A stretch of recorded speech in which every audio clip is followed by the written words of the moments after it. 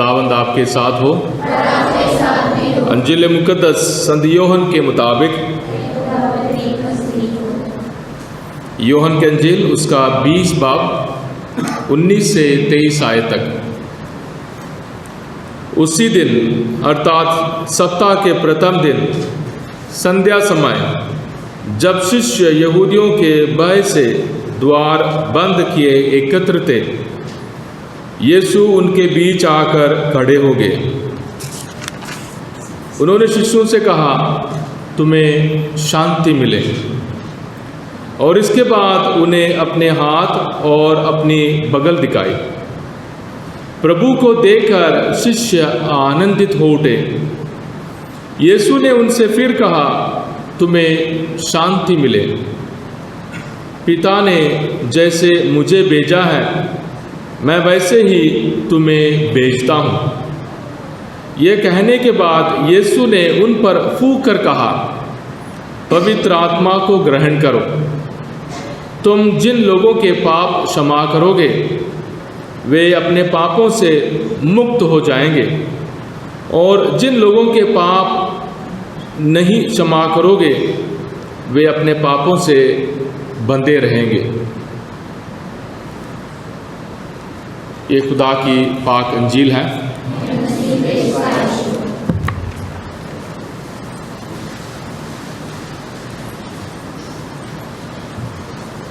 खुदावंद यीशु मसीह में प्यारे भाइयों और बहनों, आज 50वां दिन है।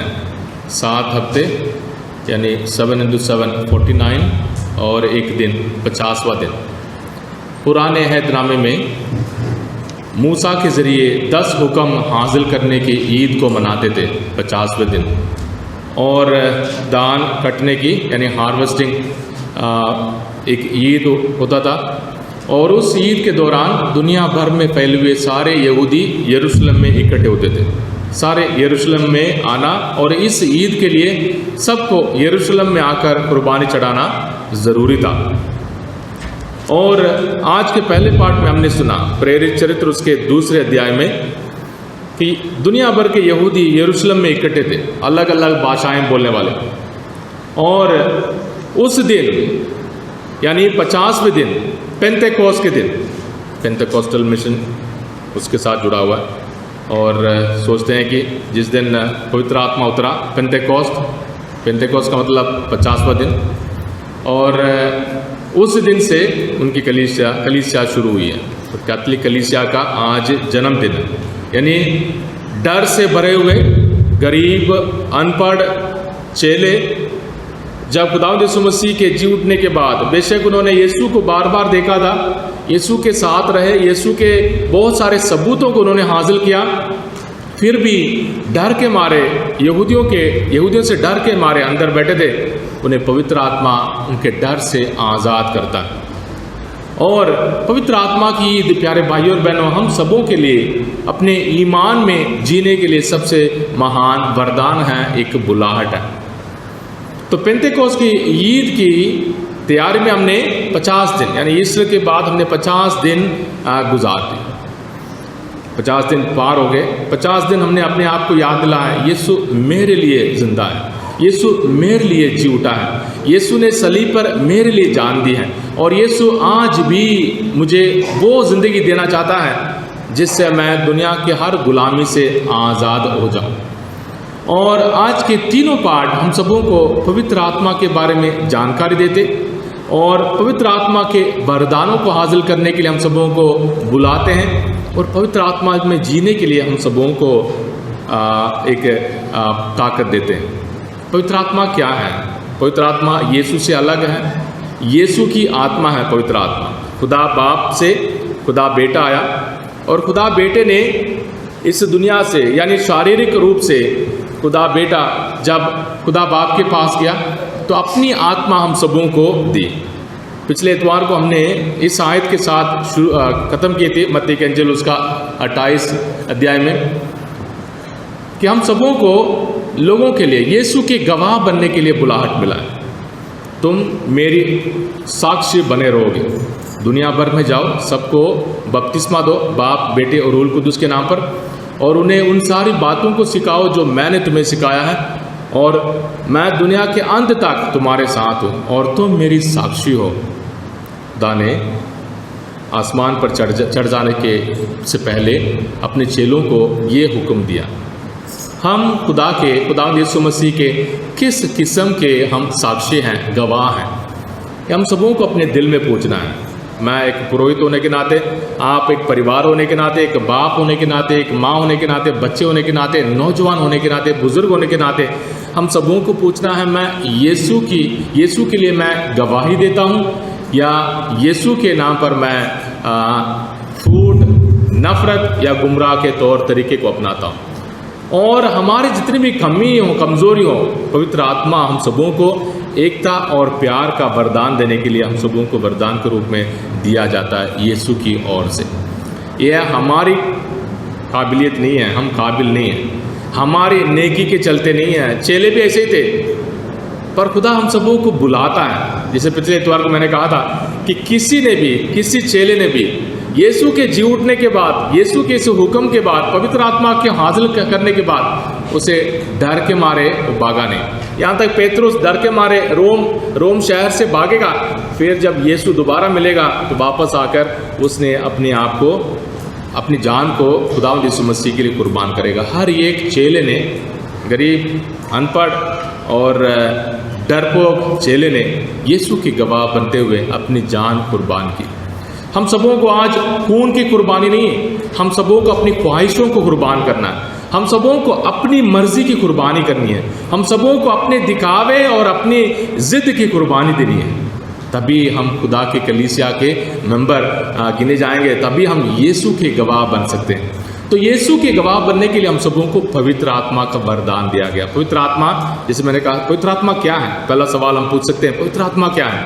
पवित्र आत्मा यीशु की आत्मा है। यीशु अपनी ताकत और अपने बरकत हम सबों के लिए देकर हम सबों को कहता है कि दुनिया के नहीं, आसमान के वारिस बनकर जीने के लिए कोशिश करो। जिस्मानी ख्वाहिशों के लिए नहीं, रूहानी बरकतों के लिए जीने के लिए कोशिश करो। जब हम बाप, बेटे और रूहुल कुदुस कहते हैं, दोनों कंधों के लिए हमारी निशान यह है कि हमारी ताकत पवित्र आत्मा। अगर हम डरे हुए हैं, अगर हम अपने आप को कमज़ोर समझते हैं, अपने आप को गरीब समझते हैं, अपने आप को बीमार समझते हैं, अपने आप को ये सोचते हैं कि मेरी कोई इज्जत नहीं है, पवित्र आत्मा हमें इज्जत देने वाली आत्मा है। पवित्र आत्मा हमारे डरों को भगाने वाला आत्मा है। पवित्र आत्मा हम सबों को उम्मीद से भरपूर करने वाला आत्मा है। पवित्र आत्मा हमें दुनिया के हर गुलामी से बचाने वाला आत्मा है। पवित्र आत्मा यीशु की आत्मा। तो पवित्र आत्मा को किस तरीके से कलीसिया ने महसूस किया? हाँ, पेंतेकोस्त के दिन आंधी जैसे आवाज़ सुनाई दी और आग की तरह, और निशानी उन सबों को दिखाई दिए। दिन आज लाल है, खून और आग की निशानी है। पवित्र आत्मा हमारे अंदर जो भी अशुद्धता है, गंदगी है, हमारे अंदर जो भी खुदा की बातें नहीं हैं, उन सबों को जलाने वाला, उन सबों को चीर फाड़ कर ख़त्म करने वाली आत्मा है।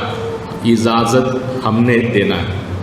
खुदा की आत्मा हमारी इजाज़त के बिना हमारे ऊपर काम करने वाला नहीं है, हमें गुलाम करने वाला नहीं है। अशुद्ध आत्मा, दुनिया की आत्मा, शैतान की आत्मा, दूसरों की आत्मा हमारे ऊपर जबरदस्ती कर सकते हैं, पर खुदा की आत्मा हमें आज़ादी के साथ, उम्मीद के साथ, सब्र के साथ, प्यार के साथ, खुशी के साथ, सलामती के साथ हम पर काम करने वाली आत्मा है। तो पेंतेकोस्त के दिन अचानक आंधी जैसे आई और चेलों से हर डर को, हर एक किस्म के डर को, हर कमज़ोरी को दूर कर दी, ताकि चेले दुनिया भर में गवाह बनने के लिए निकल पड़े, यीशु के उस प्यार को, सुसमाचार को सुनाने के लिए निकल पड़े। पाक वचन में भी पवित्र आत्मा शुरुआत में यूहन्ना के इंजील उसके पहले अध्याय में पढ़ेंगे, खुदा की आत्मा शुरुआत में मौजूद है। और इज़ेकियल नबी की किताब में हम पढ़ेंगे, तुम्हें मैं एक नई आत्मा दूंगा, तुम्हें एक नई आत्मा दूंगा।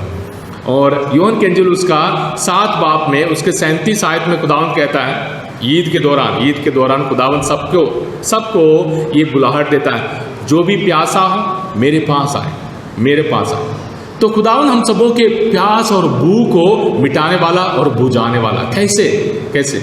यूहन्ना के इंजील उसके 19 बाब 34 आयत में हम पढ़ते हैं, जब खुदावंद सलीब पर था तो एक सैनिक ने उसके बगल में भाला मारा और खून और जल बह निकला।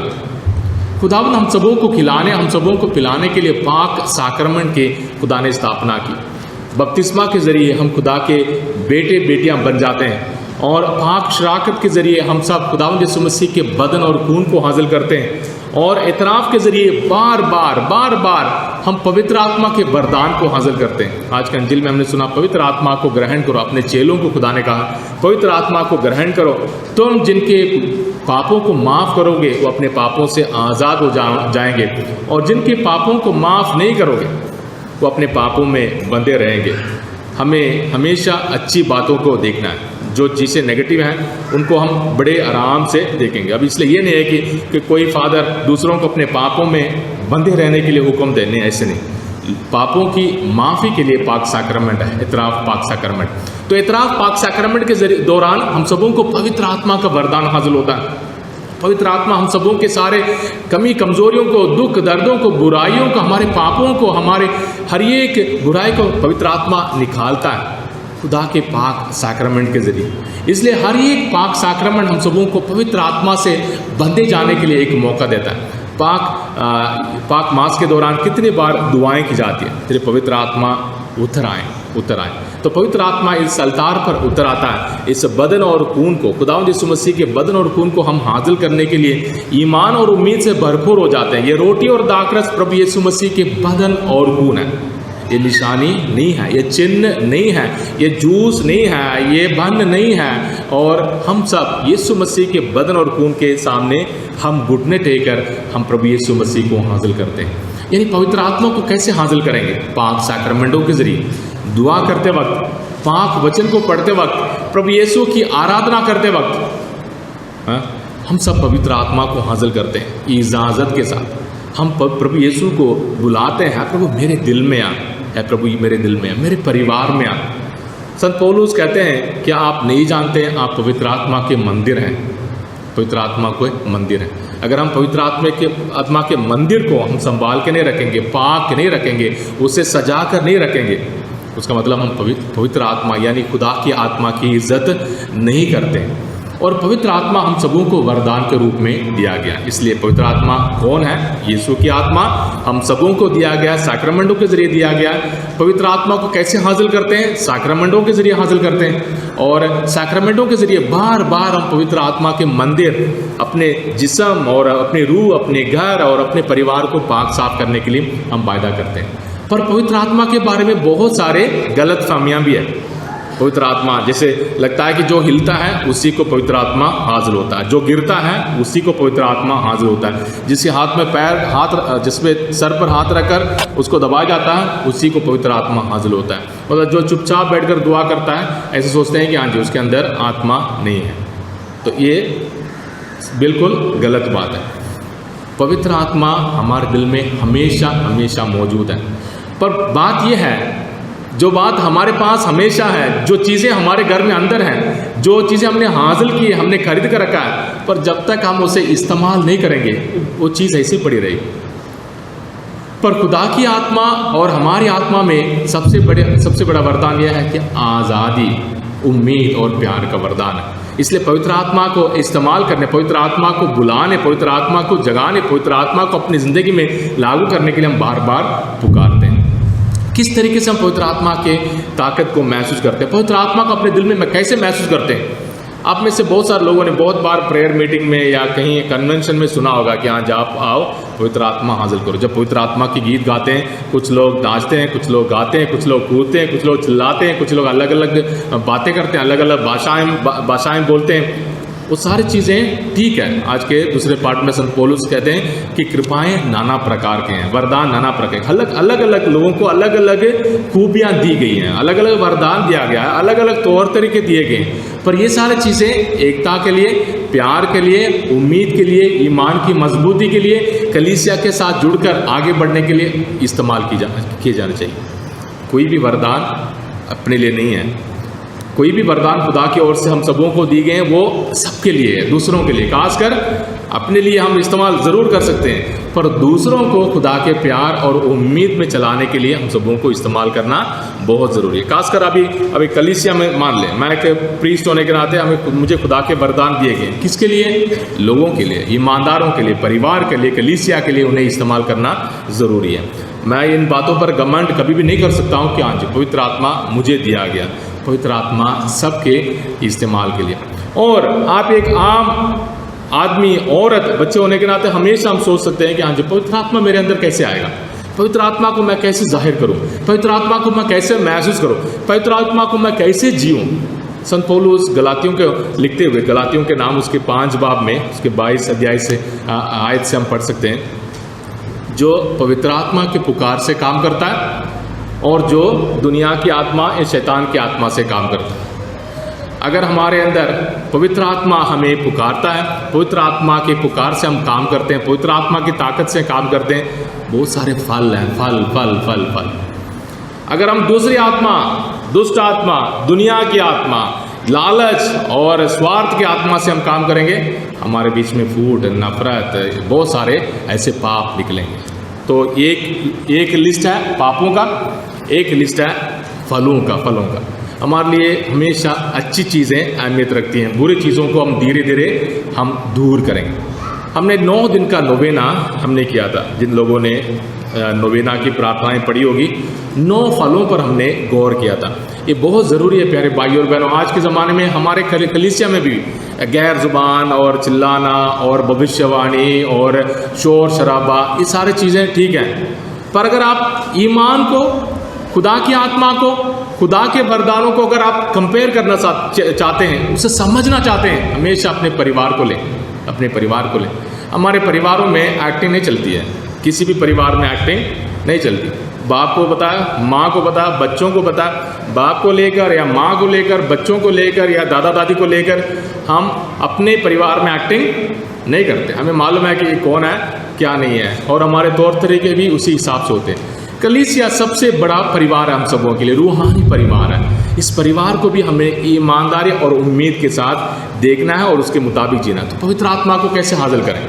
हमने देखा था, अगर आप में से कोई भी सवाल करता है मैं पवित्र आत्मा को कैसे महसूस करूं, क्या मेरे अंदर पवित्र आत्मा है, मैं पवित्र आत्मा से मैं भरपूर होकर दुआ करता हूँ, दुआ करती हूँ, मैं कन्वेंशन पे जाता हूँ, कन्वेंशन पे जाती हूँ, और मैं दुआ कराने के लिए जाता हूँ, जाती हूँ, मैं फ़ोन पर दुआ कराता हूँ, दुआ कराती हूँ।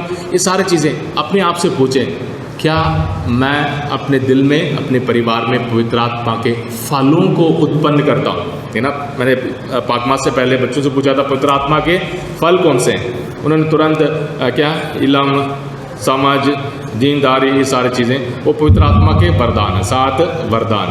पवित्र आत्मा के फल, क्योंकि इलम, समझ, ये सारे हमें दिखाई नहीं देते, ये सारे हमें दिखाई नहीं देते। अच्छी बात है, बहुत अच्छी बात है, बहुत ज़रूरी है, पर फलों को देखकर हम पहचान सकते हैं। खुदावंद क्या कहता है? फलों से वे लोग पहचाने जाएंगे। तो पवित्र आत्मा के फल कौन कौन से? प्यार, दूसरा कौन सा? प्यार, खुशी, शांति और मेहरबानी, सब्र, नेकी, वफादारी, और कौन सा है?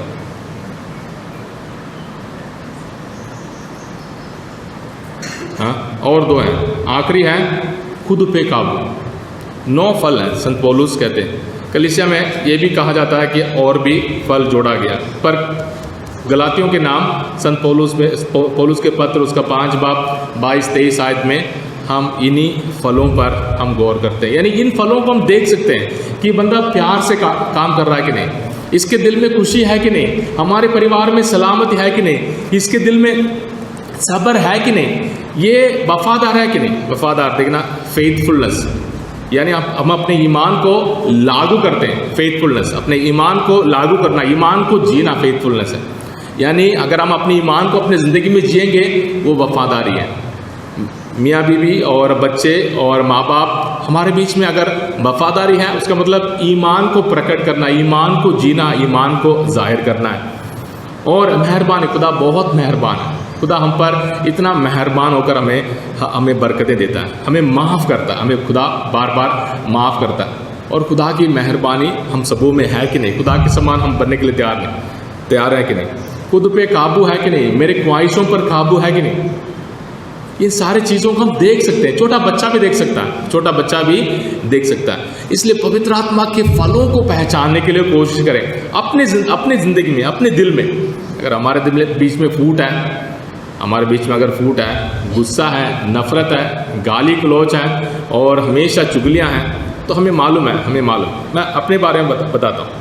हम में से हर कोई सोच सकता है कि हाँ जी, ये पवित्र आत्मा की पुकार नहीं है, ये दुनिया की पुकार है या दुष्ट आत्मा की पुकार है। तो पवित्र आत्मा के मुताबिक जीने के लिए हमें पवित्र आत्मा के वरदानों को, पवित्र आत्मा के फलों को महसूस करना बहुत ज़रूरी है।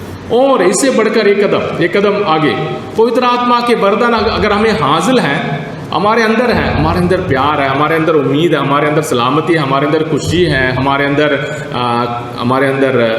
खुदा के वरदान है, पवित्र आत्मा के वरदान है, मेहरबानी, हम बहुत मेहरबान हैं, हम वफादार हैं, हमें काबू है, हम काबू में रखते हैं हमारे ख्वाहिशों को। तो इसे कैसे इस्तेमाल किया जाए? आज के दूसरे पार्ट में संत पौलुस कोरिन्थियों को बताते हुए कहता है कि कृपादान नाना प्रकार के होते हैं, वरदान नाना प्रकार, बहुत अलग अलग किस्म के। जैसे आजकल के फैशन है, खुदा उससे भी बढ़कर फैशनेबल है, पर खुदा के फैशन कभी खत्म नहीं होते, खुदा के फैशन कभी खत्म नहीं होते। खुदा के बहुत सारे फैशन हैं, पर खुदा के फैशन का मकसद हमें नंगा करना नहीं है, खुदा का फैशन का मतलब हमें फाड़ना नहीं है, खुदा का फैशन का मतलब हमारी खूबसूरती को और बढ़ाना। खुदा के वरदान है, खुदा के ताकत का मतलब है हमारे जो प्यार है, हमारी उम्मीद है, उसको कभी भी ख़त्म नहीं करना। खुदा के वरदान बहुत सारे हैं, उन वरदानों को किसके लिए इस्तेमाल करना?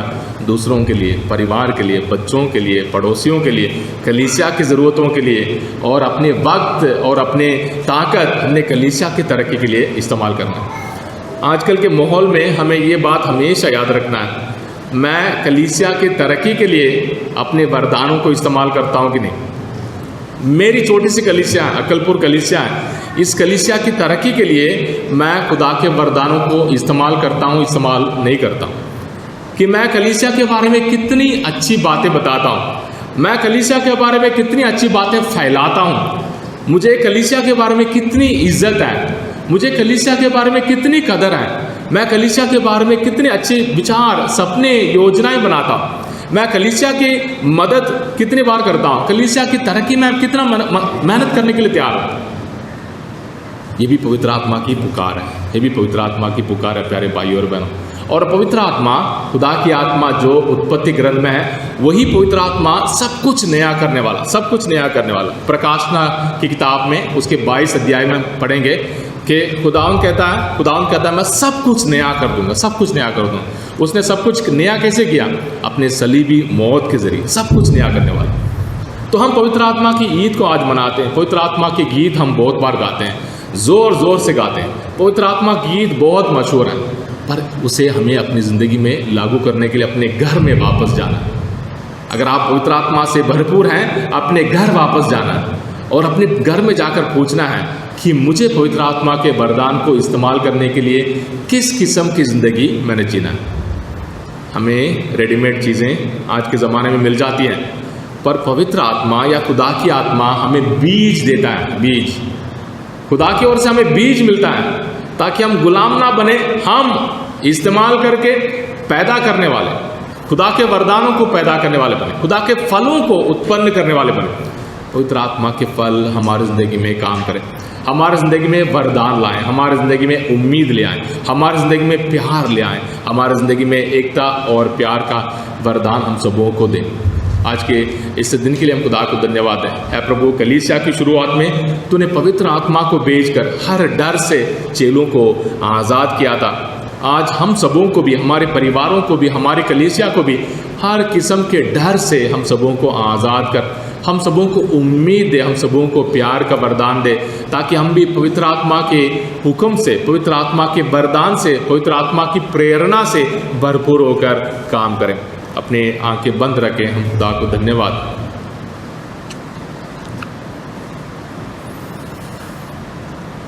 खुदावंद यीशु मसीह ने आज हम सबों को भी याद दिलाया खुदा ने हम सबों पर भी फूंक कर कहा, पवित्र आत्मा को ग्रहण करो। जिस तरह खुदा ने मुझे भेजा वैसे ही मैं तुम्हें भेजता हूँ। कहाँ अपने घर में, कहाँ अपनी जिम्मेदारियों में, कहाँ अपनी पढ़ाई को लेकर, कहाँ अपनी कमी कमज़ोरियों में भी खुदावंद अपनी आत्मा को हम सबों को देने के लिए तैयार है। पवित्र आत्मा की ताकत हम सबों पर काम करें। पवित्र आत्मा की ताकत को आज हम महसूस करें। पवित्र आत्मा के फलों को पैदा करने के लिए, उत्पन्न करने के लिए ताकत हासिल करें। हमारे परिवारों को भी सचमुच पवित्र आत्मा के मंदिर बनाने के लिए हम वायदा करें। पवित्र आत्मा हम पर उतर आए, हमारे परिवारों पर उतर आए, हमारे हर एक काम काज में उतर आए, हमारे बीमारियों में उतर आए, हमारे पापों में उतर आए, हम सबों को नई जिंदगी दें।